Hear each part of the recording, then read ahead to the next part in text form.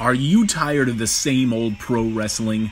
Then check out the amazing action on Powerslam.tv, the biggest indie pro wrestling channel in the world. Get over 3,000 hours of the best pro wrestling events from over 100 of the biggest names in the industry from over 15 countries around the globe. Get your free trial today at Powerslam.tv.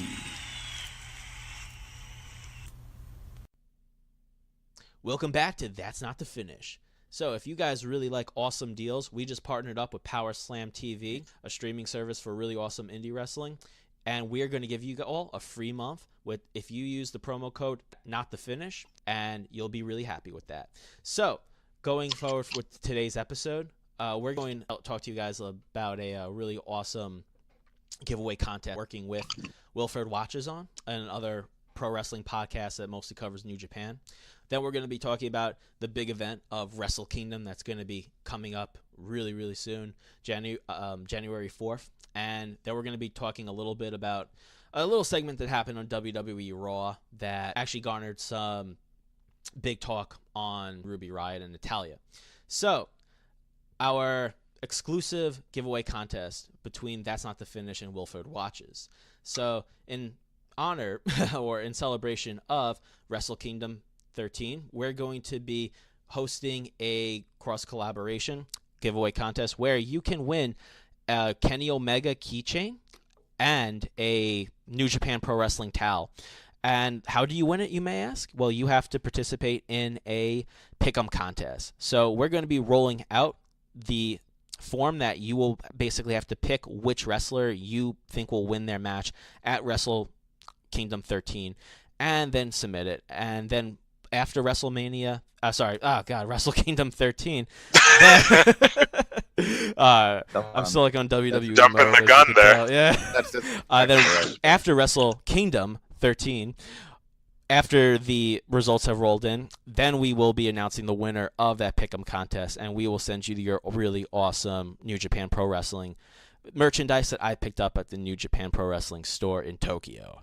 So, moving on to our big talk of Wrestle Kingdom. So, guys, is there any clarifications you'd like to make before we start? Actually, I would like to make a clarification in terms of what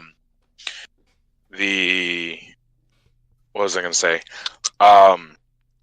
Actually, you know what? Nah, I don't think. Yeah, I take that back. There's nothing. I have nothing. That literally went into a 360. Yeah. That was a bigger plot twist than a Vince Russo twist, bro. I think we'll just preface by saying, like, our knowledge is still kind of limited on New Japan right now. Like, we've watched a few events here and there, but we're still, like, picking everything up. So we might not have the most insightful stuff, but we're still going to do our best to give you this kind of content. And I have a shitload of New Japan stuff on my DVR right now, so I should be brushing up soon. I actually just subscribed to the New Japan Pro Wrestling, the New Japan World streaming service, and I just caught up on the Tag Team World tournament. So I am also like a pretty not too familiar with New Japan, other than like what I've just seen like on YouTube and everything. But hopefully with this account, like I'm going to start getting brushed up with a lot of the rest. Oh yeah, they always. Go ahead, always put on great shows, but like we just haven't had the time to like dedicate ourselves to getting into a new promotion. Well, it's not like we have any control either, because it's kind of like that whole thing from SpongeBob SquarePants where Squidward says, "Who wakes up at 3 a.m. for a Krabby Patty?" And then oh boy, Patrick, exactly, and like it's the same thing. Who's gonna wake up at like 3 a.m. to watch New Japan? People are, but we can watch it on YouTube and all that other stuff. That's the thing. Oh yeah, that's the beauty of the internet. And you know what? Because I think it's just the friction of the whole thing. Lazy and haven't gotten around to it. Well, honestly, or just tune into WWE, much easier. If everyone in the UK can do it, if Australia can do it, if everyone in Japan can do it, we could do it. We just choose not to do it. Yeah, but I'm trying to turn the tables. And puts on a far better product. Oh yeah, dude, it's like it's by far like the much better product like than WWE. We will watch a WWE program at 8 o'clock religiously, and we will go through hell and earth, and heaven and hell, and like everything in between, to make sure that we are sitting down watching the WWE Network. And by the way, this is not a plug-in, but you can buy for $9.99 a month.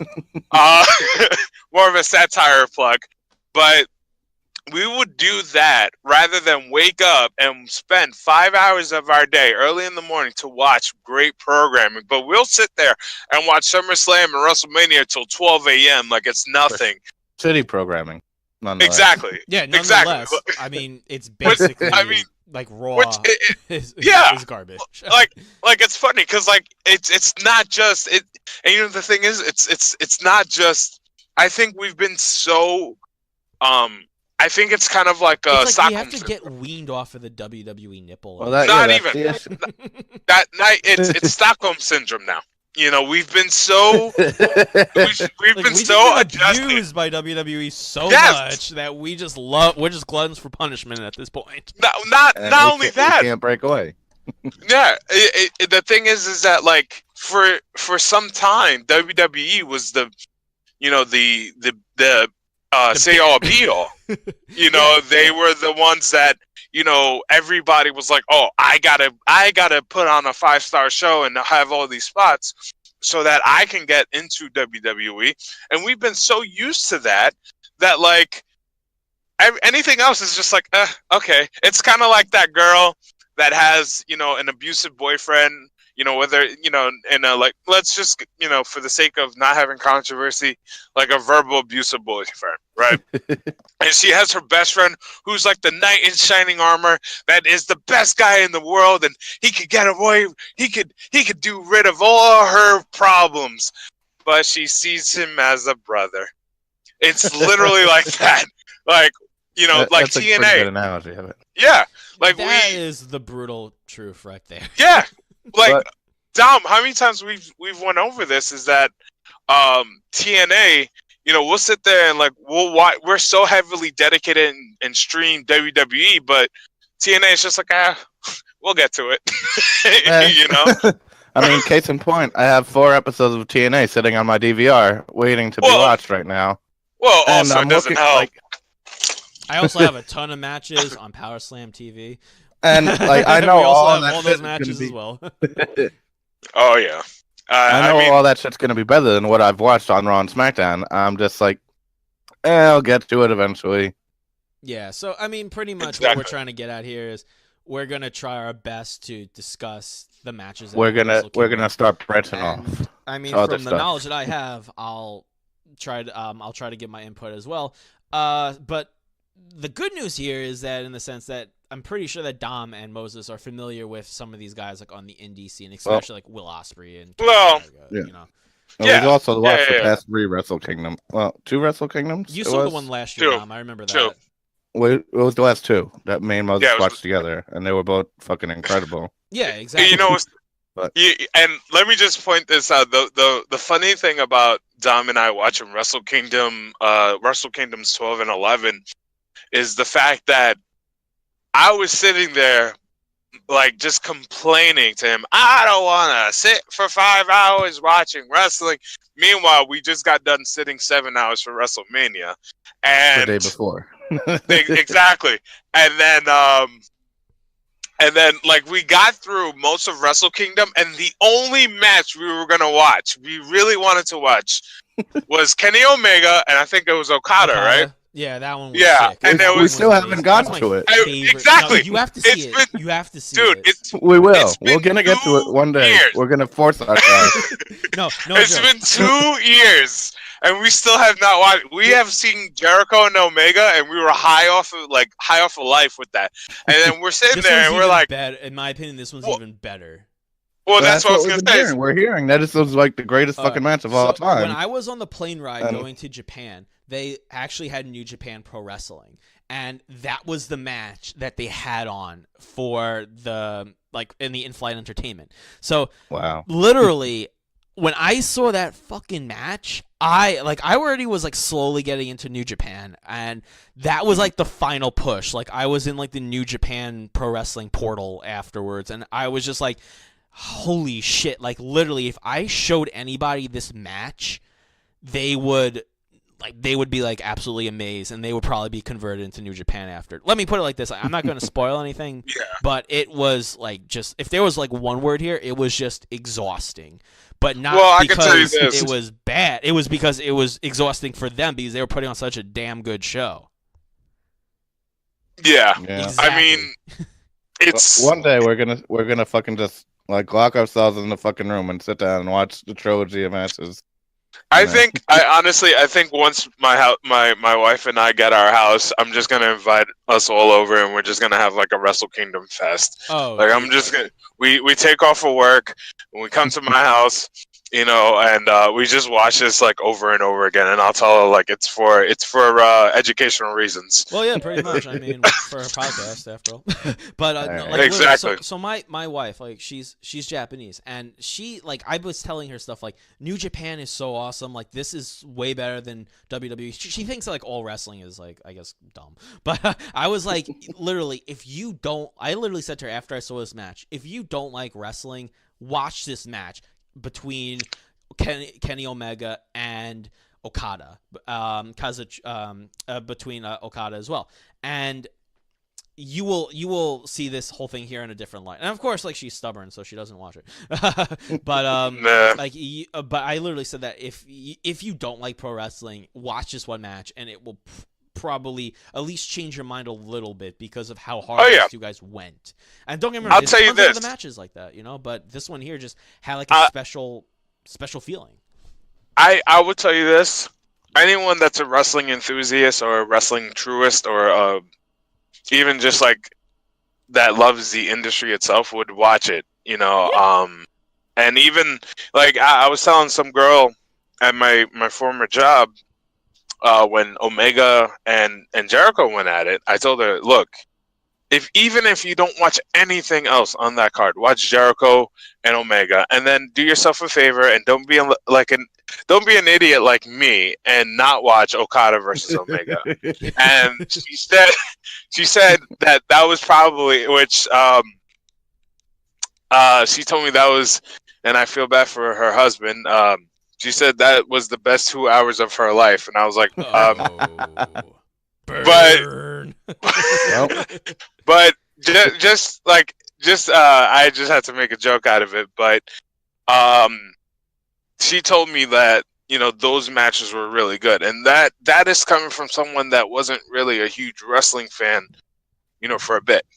You know, so if she wasn't a huge wrestling fan, like I'm still, you know, I've told Dom, like my wife is already telling me that she's like interested in watching WWE with me, but truth be told, I want to show her Okada and Omega, and then Jericho. You can't start off with that because then it's spoiling her. Yeah. Oh, I mean, come on, like we've had this talk before. We were spoiled in the '90s with the Attitude Era, so you know. Well, that's why we're entitled now. Exactly.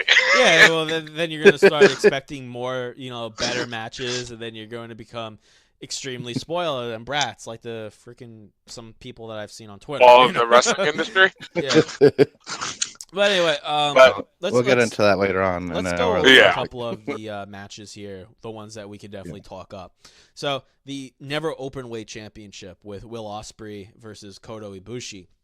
So I actually saw Ospreay at the World Tag Team League tournament.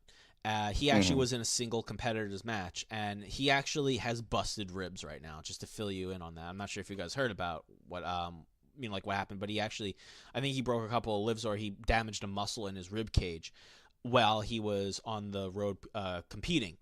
And he fought Takachi, I think he was, and basically what happened was this guy, he just like brutalized his entire torso area. And what happened was that, of course, Ospreay was able to pick up the victory, but literally, I'm not sure if this was not just a work or not, because each time when this guy got hit in the ribs, he literally was like it wasn't like a yell. It was like a sound like if you I never actually did this. Like I'm not abusive to animals, but if you ever kick a dog and you hear like a it's kind of like a like a squealing Like a sound. yelp So like he yelp- actually sounded like he was legitimately hurt in a sense. So hopefully he'll heal up for his match in time against Ibushi. Now I don't know too much about Ibushi at all. Do you guys? Not particular. I know the name, and I'm sure I've seen like a few matches, but Yeah. can't really speak too much Yeah. on him. Yeah, same here. Basically, But, he's I mean, kind of like If on the same level. Ospreay's not 100%, I would assume Ibushi's going to pick up the win on that one. You think that he's going to pick up the win over Ospreay? Yeah, Even I though, mean, like, if Ospreay's Ospreay's, not like, going in kind of- 100%, Yeah, I mean, I see this potentially maybe being an Ospreay win too, because just of how like over the guy is becoming right now. But at the same time, Ibushi could pick up the victory, like you said, and I think that these guys could even meet like at a later time and have like a rematch down the road for the championship. Yeah. But Ospreay, just because of like how skilled the guy is, like this high flyer, I think that a lot of people like seeing him perform, and I think that him just having the injury could just add that extra level of tension to make it seem like, oh, this is like a guy that, particularly if he wasn't hurt, he possibly could just run all over Ibushi and run away with the championship. But I think that Ospreay here, because he has like this weakness, he has this, like a weak spot, then basically this puts him at a disadvantage in a sense going into this match. but it should be a great match either way, I would assume. That's the opening. Ospreay always puts on a great fucking match. Oh, yeah, this is right after the pre-show, too, I so mean- they're opening with this match, pretty much. So this is going to be absolutely, this is going to be really amazing, like, to kick stuff off here. Another big match is going to be between Cody and Juice Robinson, which is the IWGP US Heavyweight Championship. So I know that Cody's, like one of, perhaps, like, one of, if not, like, the biggest guys, like, on the indie scene right now. How come you think that they picked Juice to go up against him?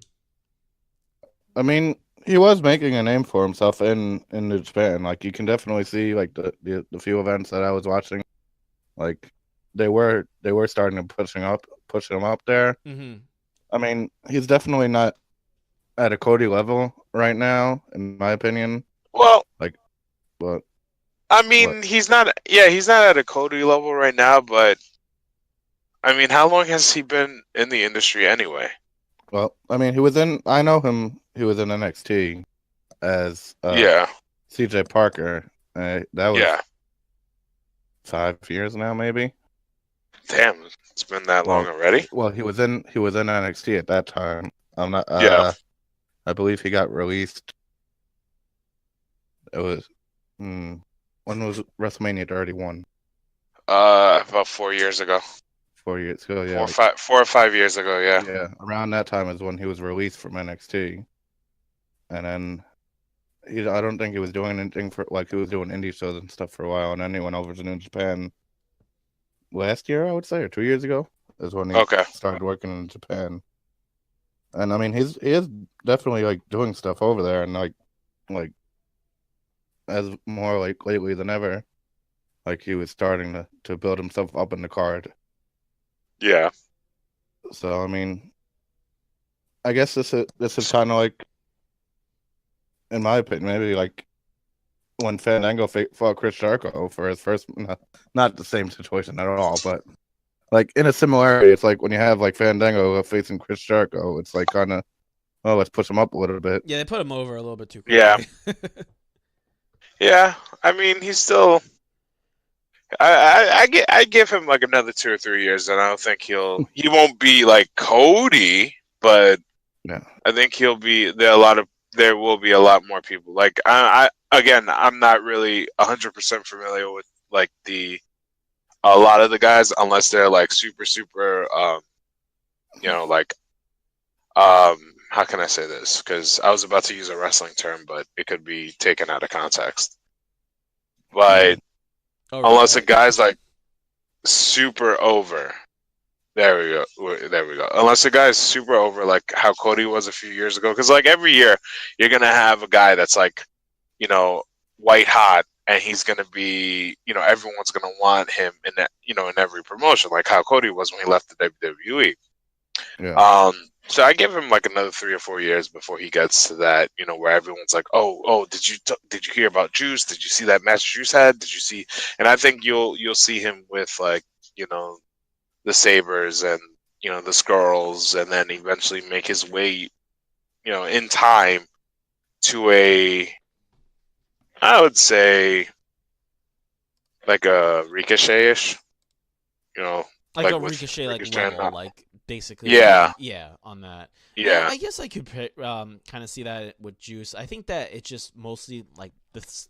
After seeing him in the World Tag Team League as well, I think that what I liked about him the most was basically just his his colorful like personality, and basically just he's just really entertaining to see in the ring. Like he's funny, and he goes really well with Tanahashi, who he was tag teaming with when he was going up against the Young Bucks and Kenny Omega, and yeah, basically like he like him basically like the thing that stood out the most with him was just his ability to just do like moves, but do them like in this like hilarious like sort of way. So I think he would be kind of like he would have like the athletic ability, but he would also have like the attitude to back it up. And I think that's probably why he's with Cody, like versus going up against Cody, is because he just has the charisma to match Cody's. Now, I mean, I think like for a U.S. Heavyweight Championship, this is a little bit too early, or maybe like just a little bit mismatched. But I mean, you never know. I mean, honestly, I feel like I would give the win here to Juice, believe it or not, because I feel like they want to build him up a bit more and potentially give him that boost so that he actually becomes, like a more respected character in New Japan. yeah. So Well, that's I think what I can kind of say. the only reason why they would even give Juice the win, is maybe because there's been rumblings a lot about Cody doing his going back to WWE, and That's Cody actually a making his consideration for own. him. Yeah. Well, no, I think that's just rumors being rumors. Like, I don't think. Yeah, I don't I think he's honestly going back. don't think. I mean, in this industry, they say never. Oh, definitely not. But I never thought AJ Styles was going to come to There- WWE. well, no, neither did I. But I mean, and that I'm talking about. I'm not talking about like a wrestler, like like an AJ Styles case. Like in that where he told them he wants to join, and they said nah, goes to New Japan, makes a name for himself. I'm talking about as in terms of like a not an Ultimate Warrior, but who's someone I can think of that I guess like a Bruno. Bruno Sammartino. Yeah, like a Bruno. Like they had he left WWE because he didn't like the direction they were going, and then there were a lot of politics behind it, and he spent the rest of his career now, what was left in his career, not going, and then when they wanted him to be inducted into the Hall of Fame every single year for God knows how many years, and he said no every single year until Triple H said, we want you, and he said yeah. I think it's a case like that where Cody was so frustrated with the way that they were booking him and the way that they were treating him, because I was telling Dom this about a year or two ago, or whenever it was, that it really wasn't fair to Cody, because the thing is with the Rhodes family is no matter what gimmick you give them, they run with it and they knock it out of the park. Like look at Goldust. Goldust, he's been doing this for, and this is this is an industry where you have to constantly involve yourself. You have to constantly renovate. You have to innovate. You have to constantly stay relevant. And Goldust has done all three. He's one of the last remaining guys in the WWE that came prior to the Attitude Era. Mm-hmm, yeah. And that says a lot about how talented he is. Yeah, Now he's the same probably thing with the longest running member on the roster right now. well, yeah, we looked that up because I remember we were talking about that, and you said that, and I thought it was Mark Henry, and then we looked it up, and I think Mark Henry came a year after Goldust, but You know, like look at Cody. You know, Cody, you gave him he Stardust. constantly. Well, yeah, you gave him Stardust, and look how his over he broken got. face. Yeah, exactly. Like every single gimmick they gave him, he made it work. And Yeah. you know, with that amount of talent that he has, he doesn't ever have to go back to WWE. But I personally think that he's going to make his own. You know, because a lot of guys in these industries, they make their you know, second source of income is to either, you know, start your own school or like do seminars. You know, aside from like taking bumps, because you know, no one wants, unless you're Ric Flair and you can do it because you're immortal. No one wants to take a bump in the middle of the ring for the rest of their lives. You know, so a lot of these guys try to have like a you side know, wrestling hustle. schools. Exactly. So they have a lot of wrestling schools, and they know people are going to come based off of their name. And then you know you have your Matt Hardys and you know your Dean Malenkos who are producers in the industry, but you know with one little, it's kind of like the NFL. You know, not everybody can be in the NFL. Well, not everybody could be a producer in the WWE. You know, I mean, look how many producers they have for Evolution. They had like 6 or 7. That's way too many producers for one pay-per-view. So I personally think that Cody's going to start his own wrestling thing. I mean, look how successful All In was, and look at how much his star power. You know, no pun intended, but look at his star power. You know, I mean, All In. If Cody were to make a promotion based like off of All In, he can fucking kill it. I mean, Oh yeah, that would take off like and be a major competitor to WWE. Not just if he that, were to but go. I potentially wouldn't could get say. other wrestlers on board with it too. I would say a potential competitor, but not a threat. You know what I mean? Like I don't. All You In got to fucking remember. sold out. How fucking It, quickly? yes, And at but the same time, here's the thing. like WWE,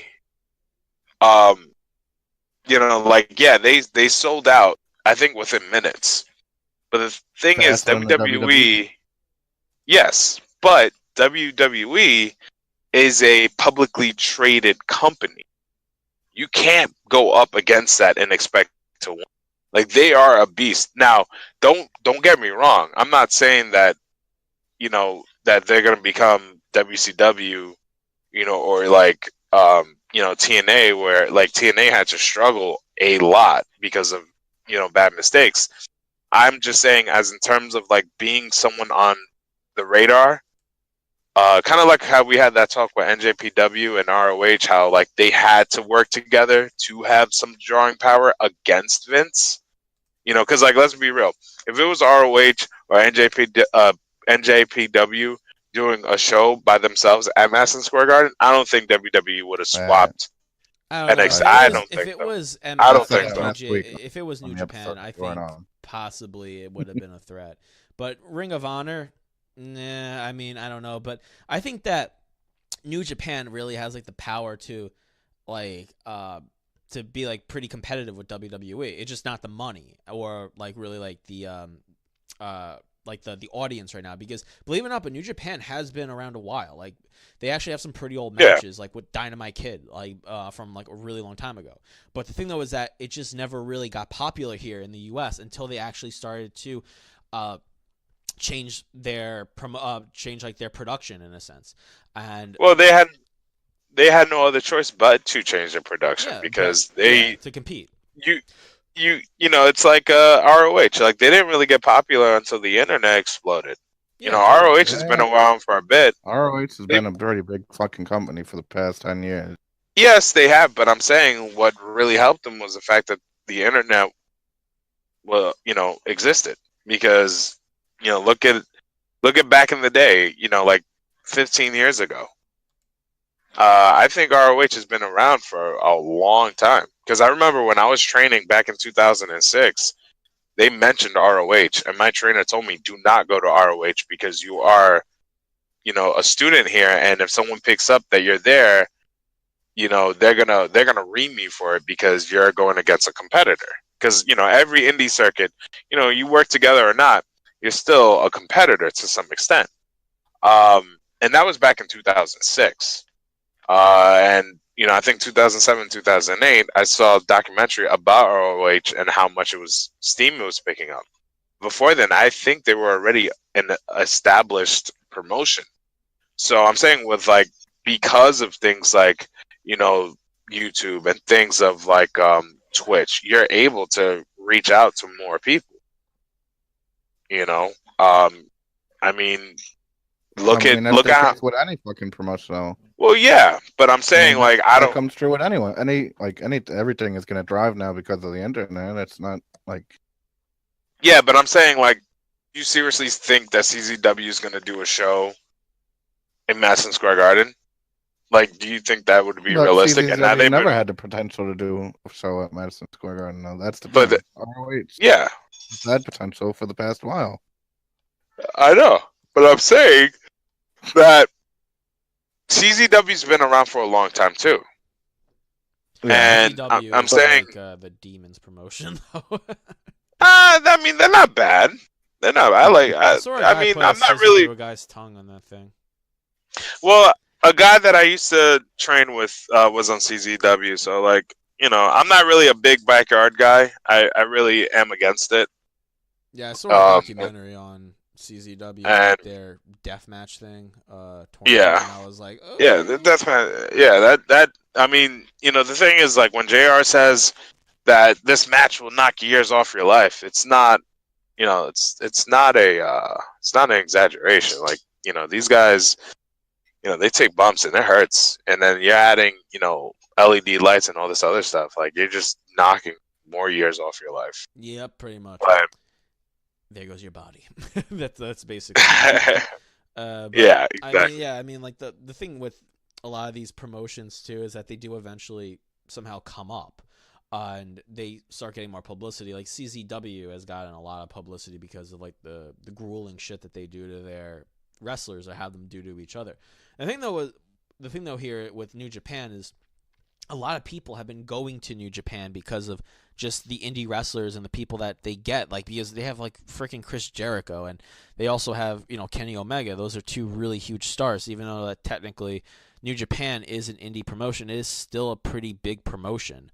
And the thing is that I think that I hear more people talking about New Japan than I do Ring of Honor. But then I would say the big promotions, the top three big promotions would be WWE, New Japan, and then Ring of Honor.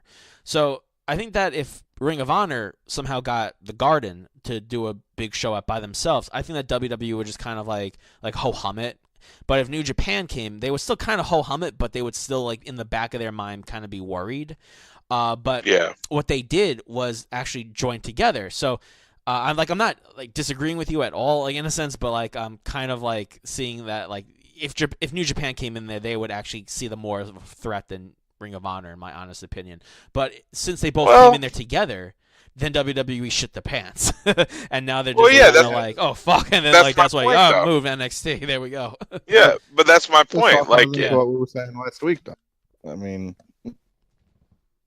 yeah, totally. It's all relative to the powers that put the show on, whether it was a one-man show or a two-man show, is determined on how big of a threat it is. Yep, totally. But yeah, should we get back to the card now? Because yeah. Damn guys, damn. All right, so one match here that I'm really interested in seeing here is Okada versus Jay White. So I actually just started to get a little bit more onto the Jay White bandwagon. Really interesting wrestler, and I saw him and his team go up against Okada and his team at the World Tag Team Championships, and he actually got the better of Okada. He's actually been getting the better of Okada. So basically, they have a bit of a rivalry going on between the two of them, and Jay White has actually beaten Okada every single time when they had a one-on-one contest, and Okada actually hasn't gotten a win against Jay White at all. So I don't know if this is going to be Okada's turning point here, and if he's going to pick up a win finally. This is really just kind of a revenge sort of match, I think, for Okada in this sense. The thing here that I feel like they're trying to play up here is that they're trying to give a little bit more head to Jay White to try to build him up, because he is kind of a breakout star nowadays with uh, in New Japan. Okada, he's not old by any means. He was at the top though. Like for example, at that match with Kenny Omega, he was at the top, and now I feel like he's just kind of dwindling around in the mid card a bit. Like he has the potential to go back up, but I think that he's just kind of staying there for right now. And he's going up against Jay White in this matchup, just for just like to put on like a good show. I think that it is also potential that Jay White could pick up the victory in a sense and just resume his dominance over Okada. But I think that it could be Okada's turning point here. And the other thing too is I think Naito is actually backing up Okada now, because he actually came out to defend him when Jay White and the Bullet Club actually were attacking Okada at the World Tag Team League. Yeah. Jay Yeah, White, I mean, go ahead, Tom. I was gonna say Jay White. I've seen him only like a few of his matches. Like the first time I saw him was Wrestle Kingdom 12. Was it the first time? Yeah, yeah, because And I was I was like, like, who's this? That Go was ahead. like, to me, it was like the throwaway match of the card. Like it wasn't it was still a good match, but it was like the one match I was like, all right, if I could have done without any match, it would have been that one. But then on the next and New Japan card that I've seen, his match was like the best match on the fucking card that time. So it's like he won me over in that last match. So I'm still like interested in seeing what he has to put on. Yeah, Like, Well, I think he's a really good heel. I like him as a heel, definitely. And with the Bullet Club with Fale and Taiji in his corner, I think that he just basically has like that like Bullet Club vibe. I mean, like honestly, I could even see him becoming the new face of the Bullet Club. He has like the look for it in a sense. Why? You don't I think would so? say him and Squirrel. You, I think him and Squirrel would be. him and Scroll would be pretty good. Yeah. Yeah. Now that you mentioned that, I think him and Scroll would be pretty interesting to see. Yeah, But like I could see Squirrel taking the reins of it, and then isn't him Scroll being with the like Elite right now?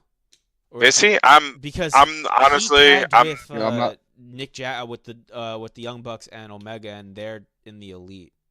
I'm not too up to date on that whole situation right now. So, Same. I mean, Yeah, that's what I have to double I check can't it. help I'm you not with that. 100% sure, but when he tagged with them, I But- assume that he was in the Elite. But I know that the Bullet Club guys, like, they kind of drift around, and the Elite is kind of just like the Bullet Club. I feel like it's like the Bullet Club version 2. It's just that it's like the So- bigger names like Cody and Omega and the So Young it's like Bucks. NWO White and NWO Black. Yeah, that's literally Yeah, what I it know. feels like. it's just it's getting to a point where like Yeah, I'm there's sure too all much. like the Well, the actual New Bullet Club Japan was people are gonna huge. like shit Like, on us right now sorry. for not knowing any of this stuff. But Yeah, like the Bullet Club was huge like a year ago, but the thing though is that I think that now like they're starting to break it up.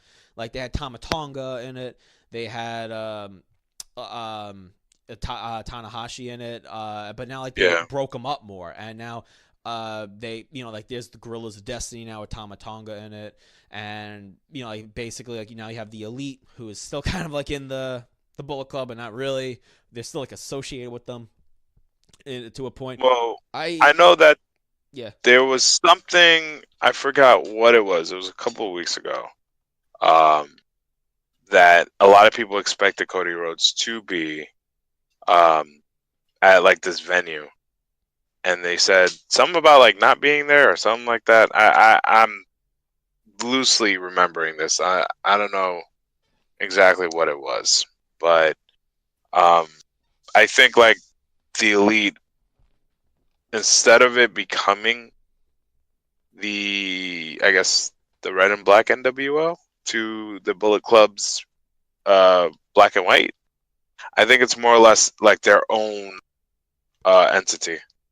Yeah, it's their own entity. It's definitely their own entity. It's just that there's like a loose, like a almost like a partnership there. But it is like the Elite is their own entity virtually. It's like just the top people of the Bullet Club. So if Skull is still in the Bullet Club, which I have to double check once again, then I think that he could potentially be the new face of it. If he's not, then I think White could potentially take it over, because I think he is like the face of He would definitely be the face if Skull is not in it. Skull, though, But- I think would be. Yeah. But yeah, I feel like something like that would happen if he picks up a win over Okada, and probably if he does, I think he's going to be set for a title match probably soon. Because Okada's a big fucking name in New Japan, and I think that he would, to take him off for like one last time and just like sort of stick the fork in him, he's done.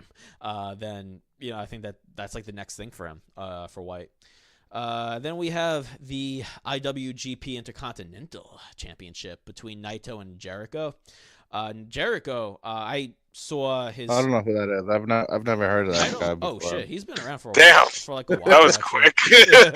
I was Naito, like, he didn't even get a chance to give Dan a chance to finish what he was like. I don't know who he is. I never heard of him. fuck Naito, I don't know. I'm going for I Jericho. was talking about Jericho. But I was trying to make a joke, but obviously I jumped in too fast on that one. Yeah. Sorry, maybe next time. But I just saw Jericho's past match against Evil at I forget when this was. This was like a couple of weeks ago, back in November, and like he fucked him up. He like really fucked Evil up, and Jericho's like whole look now with his makeup, it's like kind of like a take with the Clockwork Orange movie, and also like this like what's it like, The Crow.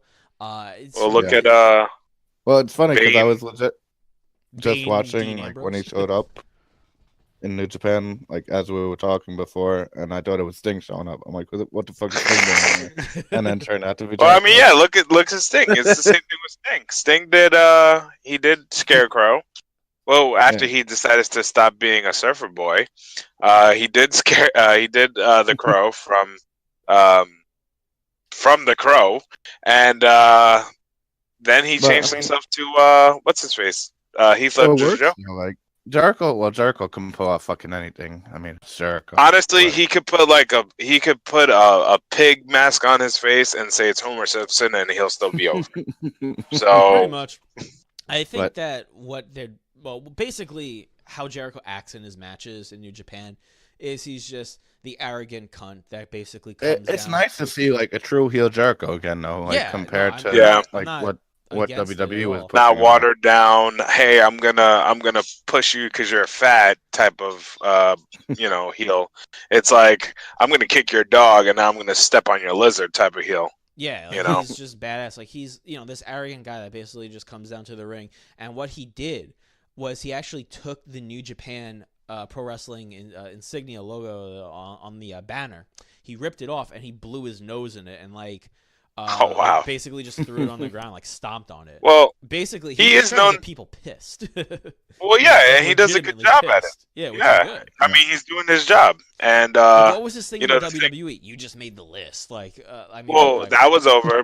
But there was Oh. another thing where he, I want to say like maybe a few years ago, before he left WWE the first time, he was in Brazil and he got arrested because he took a page out of Shawn Michaels' book and he stomped on the Brazilian flag. oh, and that- shit. Yeah, and that's a federal offense in Brazil.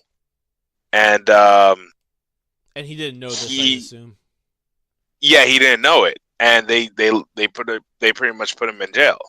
And then look at Shawn Michaels when he was having his thing with Bret Hart back in '97, prior to the Montreal Screw job.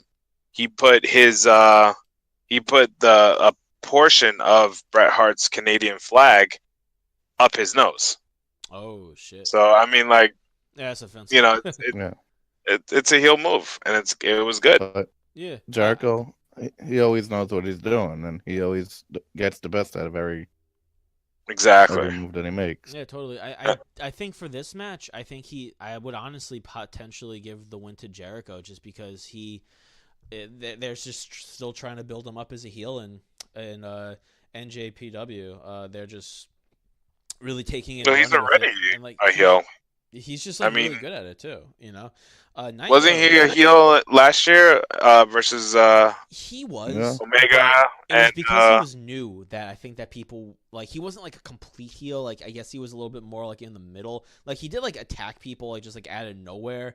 but I think people just kind of liked seeing it. But yeah, he was just like a like really dirty fighter, but he wasn't like, I guess, like a complete heel at the time. But now like he's just like, now he's like completely there. Like he was just like still in the process of developing his like his persona in a sense. Yeah. Yeah, with that. Either way, it's gonna be a great. Jericho always fucking gives 100% to whatever he's doing. I think if Naito wins, I definitely think that if Naito wins, it's really just to potentially even make the start a rivalry between them, and possibly even just make make Jericho even a bigger heel. Maybe even do something really outrageous because he just lost his damn title. But and that's normally like what they do with Jericho that I noticed. They tend to start him off as like being like a bad guy, and then they'll have him do something like really like like he loses a match or something, then they'll have him become like an even bigger heel after that. Like when he smashed like a bottle of alcohol over CM Punk's head at that like years ago, like when that happened. They possibly even go like running with this. Well, I want you to remember that what you're mentioning with CM Punk, because when we got on the subject of Ruby Riott, I got a lot to say. Okay. So I'm looking just remember. Well, this also ties into that topic as well, with Jericho like being able to do like his true stuff outside of WWE. Exactly. Like it ties into what Ruby Riott is doing and what she can get away with and all that stuff. Yeah, we'll get onto that. When we get into that. Yeah, we'll get onto that like in a brief moment here, because this is one more match that we'll go over for now, and that's the main event with Kenny Omega and I don't know, Dom, you know Tanahashi at all? Yeah, I'm familiar with Tanahashi. I mean, I'll probably get some shit, but from like a few matches I've seen, I kind of feel like he's overrated from God what I've forbid. seen. God forbid you speak down upon an indie darling like that. Somewhere Vince Russo is going to throw you to death. Hypes the shit out of him, but I mean, like in the few matches I've seen, like also he was doing some shit to piss me off in Wrestle Kingdom that I can't remember it right now, but you were getting annoyed with it too, Moses. I believe it.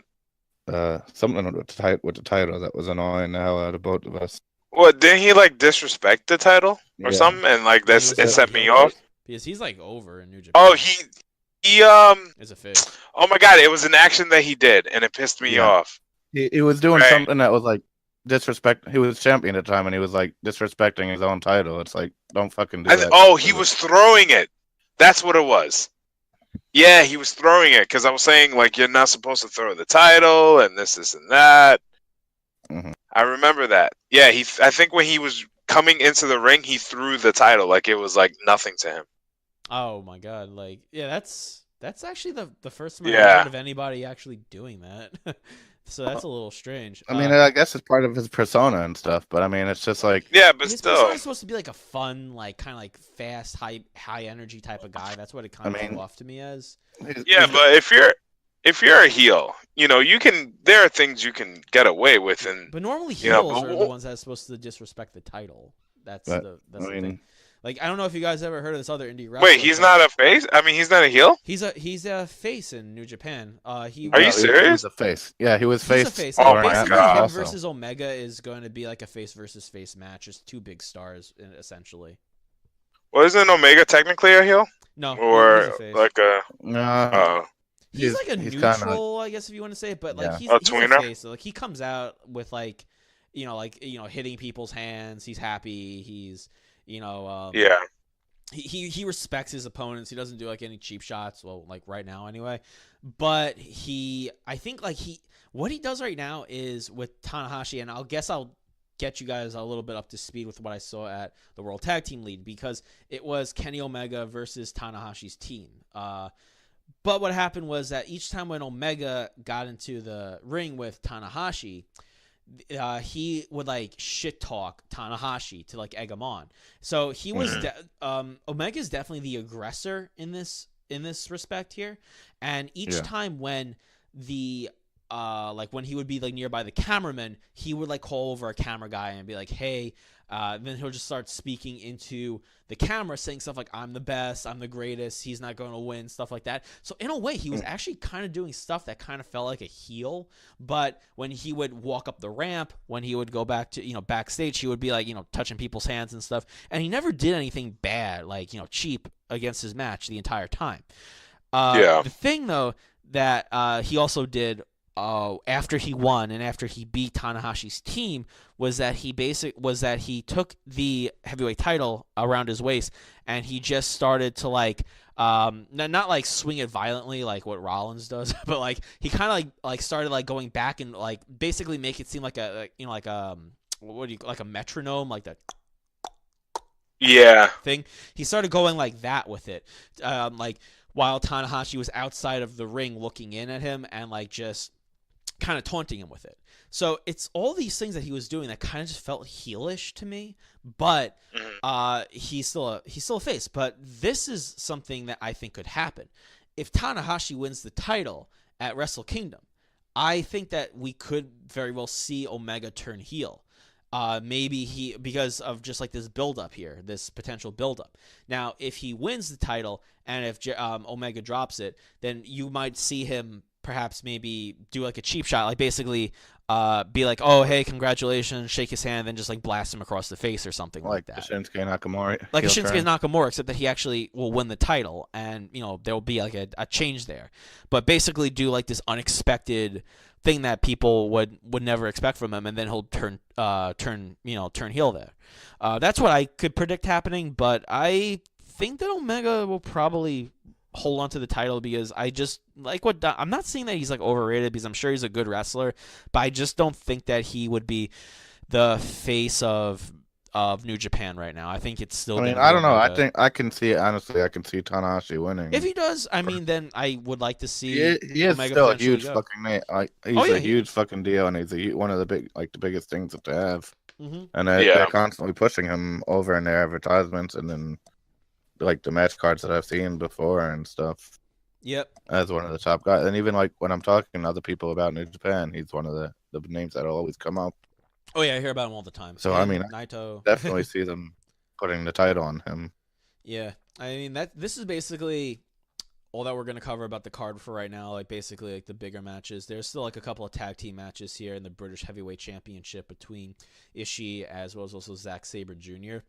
But we have one other topic to go over, and we just wanted to hit upon like most like the bigger matches, and just kind of give some input about the wrestlers. As it gets closer, we'll probably be talking more about it as well.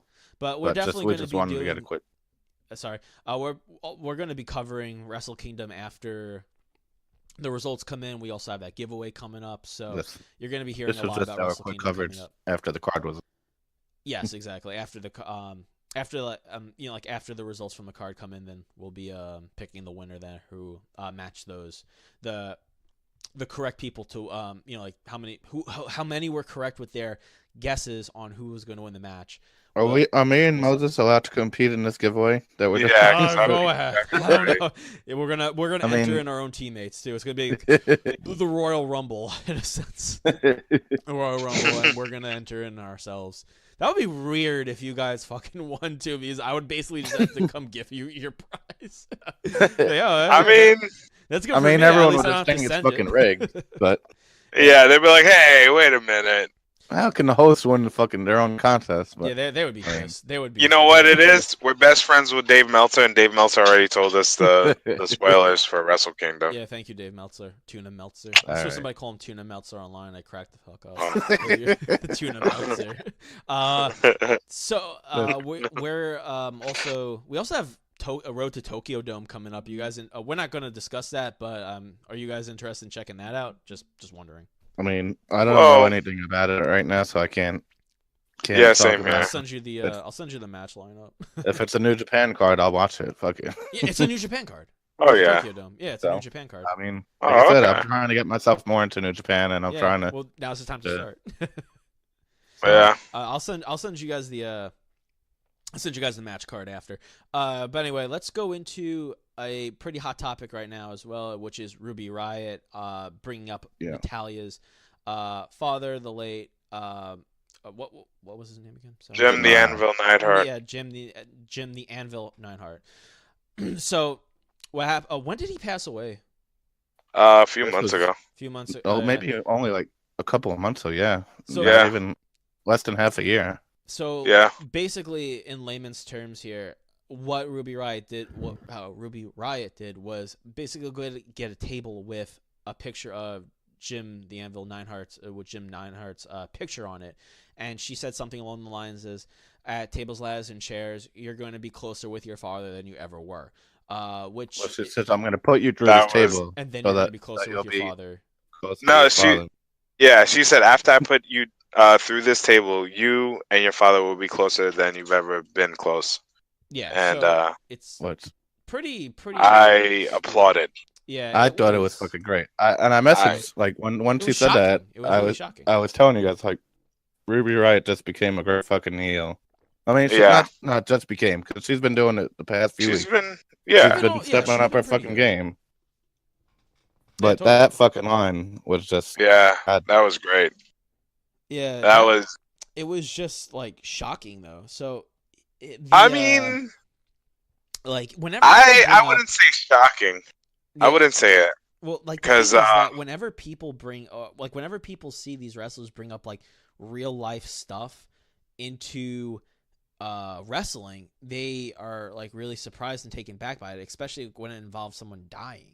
Now, I know this wasn't the first time at all. Like there were many other instances of this, like when Eddie Guerrero passed away. Yeah. And when and then there was also that whole case there once again involving Eddie Guerrero with Rey Mysterio's son, which it was a little strange. Yeah. But, I mean, if you want to get on the topic of wrestlers that passed away, there was the whole thing there with Eddie Guerrero. Eddie Guerrero passed away prematurely, very prematurely, in fact, and people were really crushed by it. But the difference here was, like what Dom said, this was only a few months ago when Jim Neidhart passed away. And the thing here with Eddie Guerrero was that I think that they waited like a year or like over a year until they actually started to bring up Eddie. I believe it was a year or so. And like this was like when they were pushing Rey Mysterio. Well, yeah, they let Rey win the Royal Rumble because Eddie, from what I heard, Eddie was supposed to actually win the Undisputed Championship again at that WrestleMania. And they had Rey take his place. And that was only a few months. But, I mean, look at David Flair. When he OD'd, Paige blatantly said, I guess quitting is something that your family's not used to. Oh, yeah, that was also that. Yeah. That was only, I think, like a month or two. I mean, CM Punk, he hit Undertaker, and he pretended to be Paul Bearer, I think, a couple weeks after, like literally a couple weeks. And he heard the urn too. After Paul Bearer's urn. After exactly. So it's nothing new to WWE for this to happen.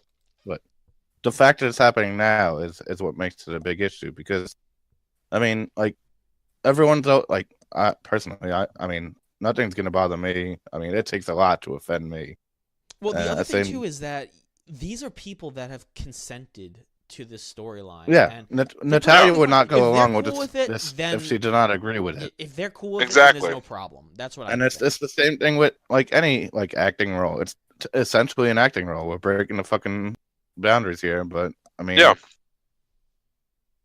if Natalya didn't want to go along with this, she would not go along with this. So, exactly. I mean, the fact that she's going along with it is like proof right there that it's fine. And it's props to her for like allowing them to do this. Yeah, because when she gave that promo, Cody fucking disrespected his own father after he passed away.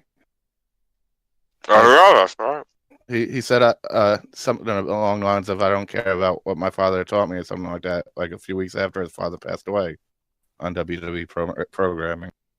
Oh no! He said something like that. Like, and then he didn't have a father or something like that. He didn't need his father or something like that. But again, like he willingly went along with that. So it's all up to their own discretion.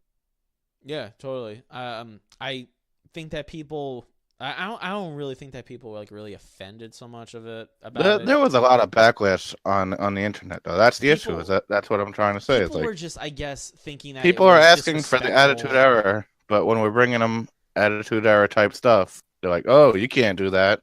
Yeah, like saying like what they can't do.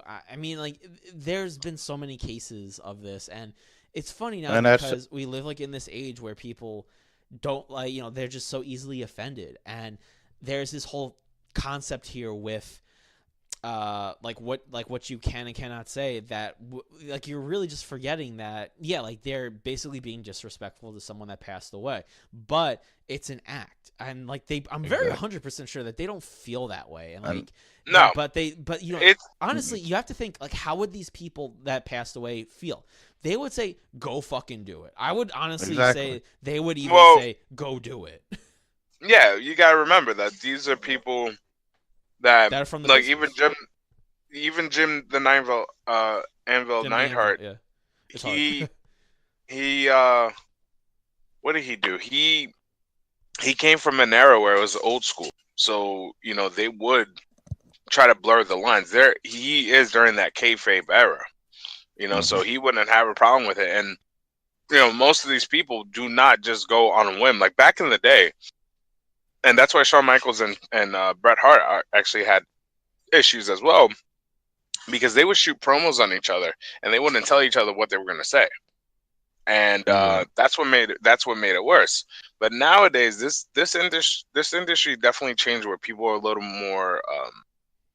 Well, they have to hold back on what they can do, because like you can't really say as much as you want to say. Well, not only that, but they're more considerate, I would say. Like if I was going to cut a promo on you, Dom, and like let's say I was going to use a really sensitive subject, like God forbid your cousin got like his leg amputated or something, and I would say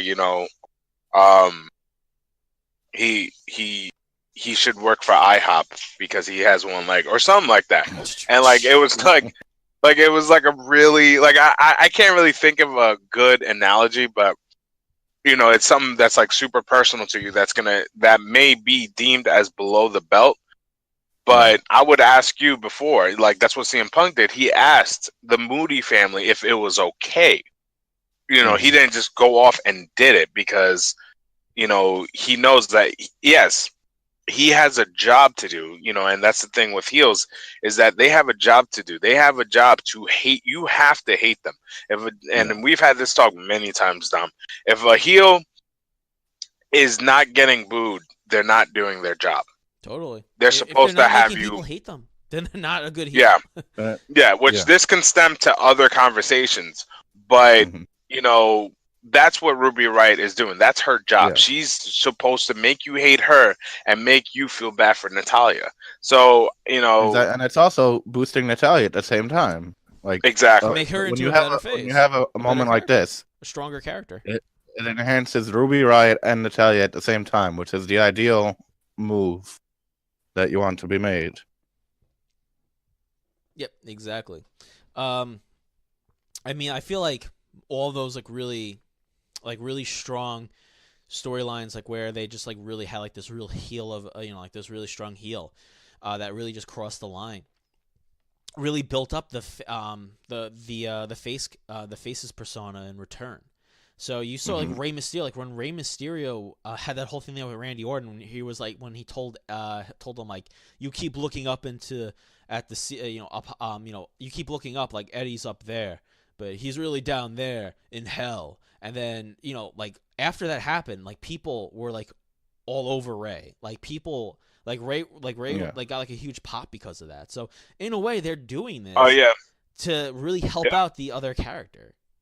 Well, that's the thing. When you work a match and you work an angle, you're supposed to both help each other out. Like it's a dance.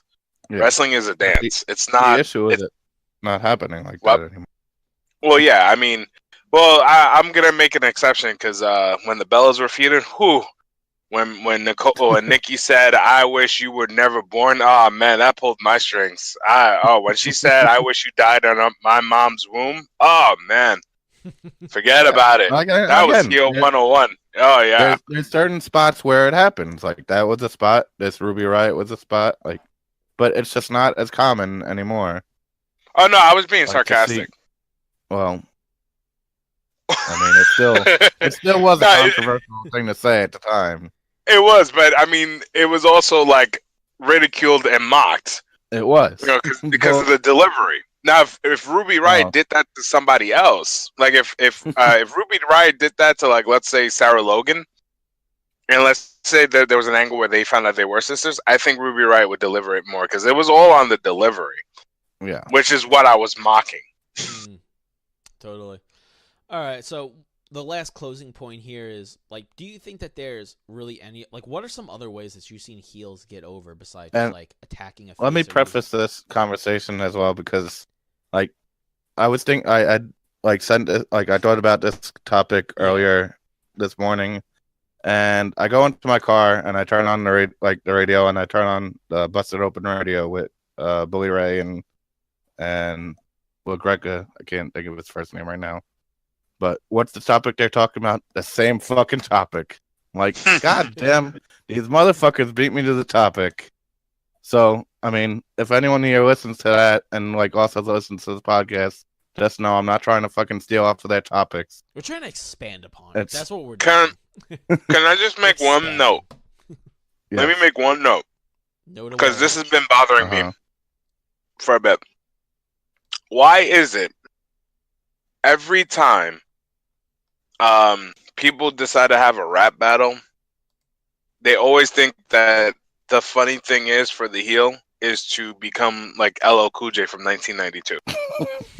Like that pissed me off on SmackDown. Kind of. Like, well, no, not even John Cena. Like John Cena rocked it well, but Kurt Angle did it, and it was hilarious. But then Sheamus and Cesaro. Yeah, like, come on. Like, how many times are we going to go back to that? I mean, maybe their bar was closed. I'm like, no, but like, it's so... Look, it's 2018. It's not 1992 anymore. No one wears Coogee hats. No one does. Like, seriously. They think they're trying to be cool and hip, but it's not. It's not. Like, I see where they're trying to mock it. Well, no, I think that, that's what they're trying to do. I see where they're getting with it, but like you're like nearly 30 years behind. Like, at least try to make yourself look funny in a different way. Like, stop resorting to freaking Coogee hats and necklace chain necklaces. See, like when they had the Usos versus the New Day in that rap battle, they didn't do the Coochie hats at all, right? They came out. No, that was straight up. They knew it was up. Those guys could rap, and that was actually perhaps the best one that I ever saw. Especially when Jey Uso said to them, he was like, Big E, you better keep it PG. And then like something like, don't get all rated R over here like your boy Xavier Woods. And I was just like, oh shit, he brought that up. Yeah, but no, it's just like, I feel like every time that they're trying to make a heel look funny, they always got to resort to that. Like, what are they gonna do in like 20 years when they have another heel? Oh, look, he was looking like that guy from 40 years ago. They're going to pull out the Tekashi 6ix9ine look or whatever. Exactly. Yeah, well, see, that would have worked.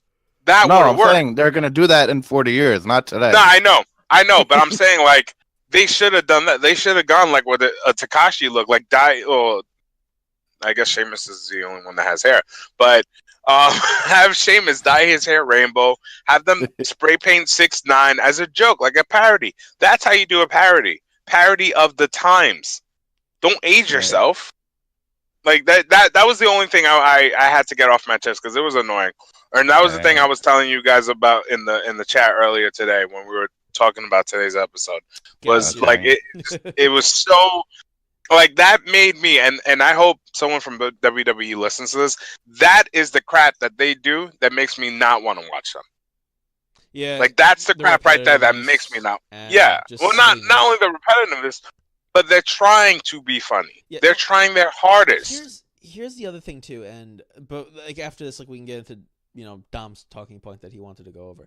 But me and my friend were actually talking about just how WWE, like, when it's silly today or when it tries too hard, like what you just said, it just is cringeworthy. Now, if you remember back during the Royal Rumble where Rikishi was like throwing, just like tossing dudes, and then Grandmaster Sexay was like in the ring with him, and then Scotty 2 Hotty came out, and then they just did like this little like dance routine in the middle, like just like completely randomly. I sent that to my friend, and he laughed, and he said, "You know what's really funny is that back then when WWE just was trying to be weird or funny, it worked. It was just random, weird, and funny. Now it's just like they try too hard. Now the thing with New Japan, going back to them really fast, is with New Japan, you're gonna see that like some silly shit too, especially like with Juice and like with the Young Bucks.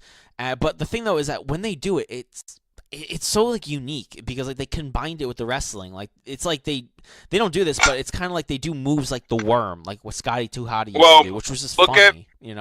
Look at Jay Lethal. Look at Jay Lethal. Like when they did All In, I think it was All In. Jay Lethal came out with Macho Man's brother, and he kept on snapping into like the Macho Man phase. Yeah, he would act like exactly. It was like Macho Man took over his body. He was like Elizabeth, and it was Cody's wife, and like it was hilarious. It was funny. Like yes, it was dated. Yes, but it worked because it worked into the match. You didn't see Jay Lethal come out and like with like 20 Slim Jims, and I mean, even though that probably would have worked too. Yeah, it would have been funny too. Yeah, but Slim Jims would have been funny. Like I'm not gonna lie, but actually you see what I'm saying? Like but Jay Lethal chose something that was relevant. That's what I'm saying.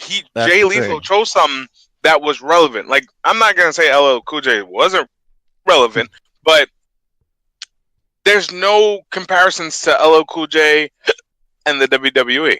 Yeah.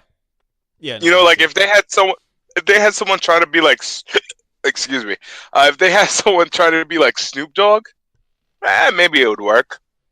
But there was like nothing. It was nothing. They tried like it was like that one person in the one person in the group that tries to be funny, like tries really hard, and they think that they're hilarious, and everyone's just like, "What are you doing?" Yeah, like tryhards. Yeah, so I mean that's something that WWE just really struggles with today. The the last talking point here to end with is just what Dom wanted to get to here.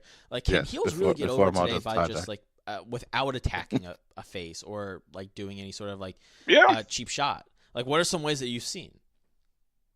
Well, look at Tommaso Ciampa. Just being like a badass. What?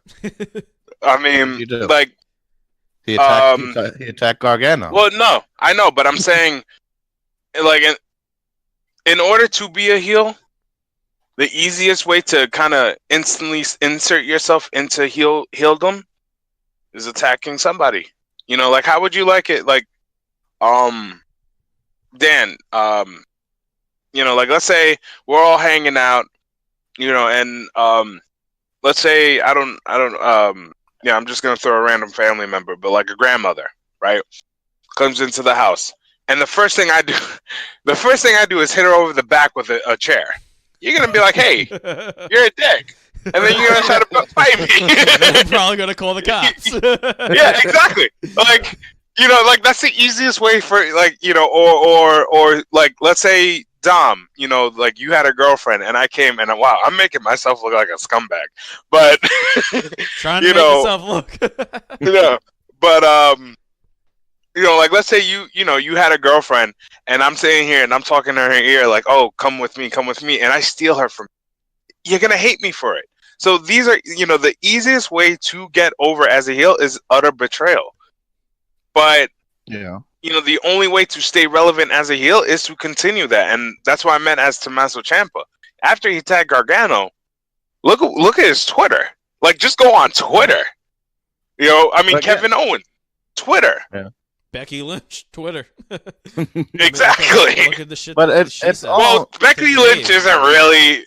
Becky Lynch is technically Becky Lynch is a heel, but she is a face. It would have worked she's if just so they didn't over. include that stupid fucking segment where she hugged Charlotte Flair. All right, look, we're not gonna get back into that. We buried that hatchet last No, week. I'm just saying, like, that's the only thing that stopped her from going true EO.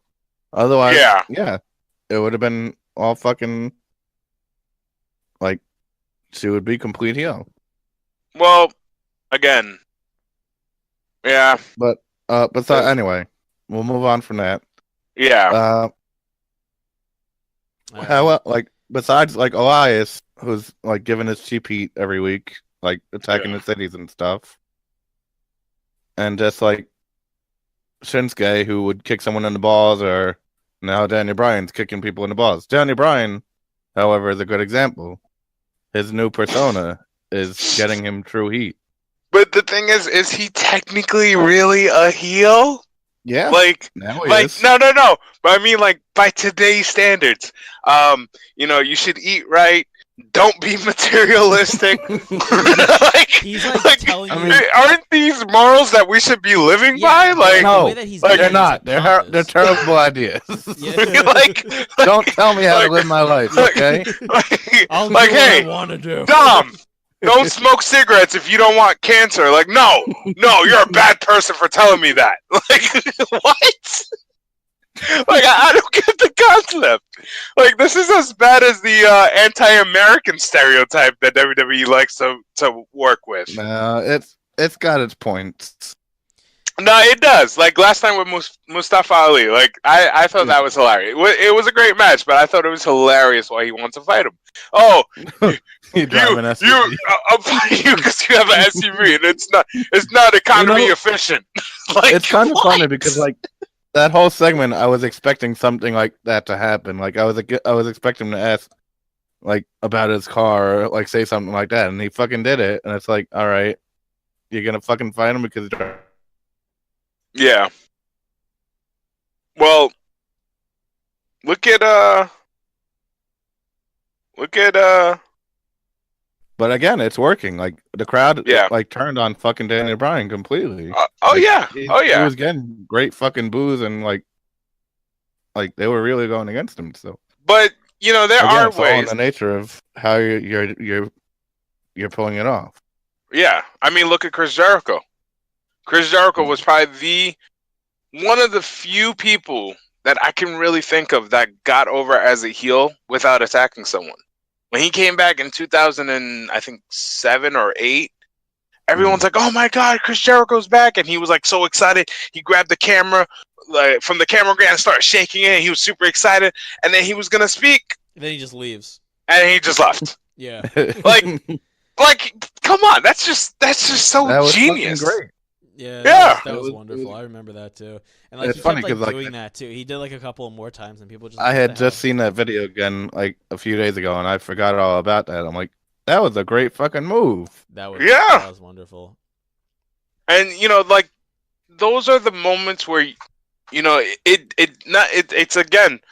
it's just like what you just said. It depends on how you pull it off. And Jericho has a mind where he can literally pull it off by, like, he will make you a heel by selling you, like, I don't know, life insurance. Like, he'll sell you like the best life insurance. I hate that guy. He's such a heel. Yeah. Like, I think it just boils down to like the wrestler itself and the character that they're portraying. I mean, yeah, certain people have it and other people don't, and it's just like you have to be able to be willing to go all the way with what you're doing as well. Yeah, that's true. Pretty much. Alrighty, so I guess we'll just end off at that point. So it was really awesome going over this stuff. You guys want to make any more closing points? Well, if WWE ever hears us, I'm definitely available for a writing position, and I have television production, and media experience. So, and I've seen, let's be honest here, we've all seen their production value, and they definitely could use some people that are experienced. That's definitely a great way to get yourself hired. hey, it's better than my tweet about the Universal title. So, actually, you know what? Before we go, let me say that. When the Universal title was first announced and everybody was kind of crapping on how it looked, like I remember someone photoshopped the logo of WWE onto a Twizzler, and like there were other things, and people were going at it, and then I tagged WWE and I put leaked footage of WWE making the Universal title, and it was the gif of Elmo sitting on a toilet dancing.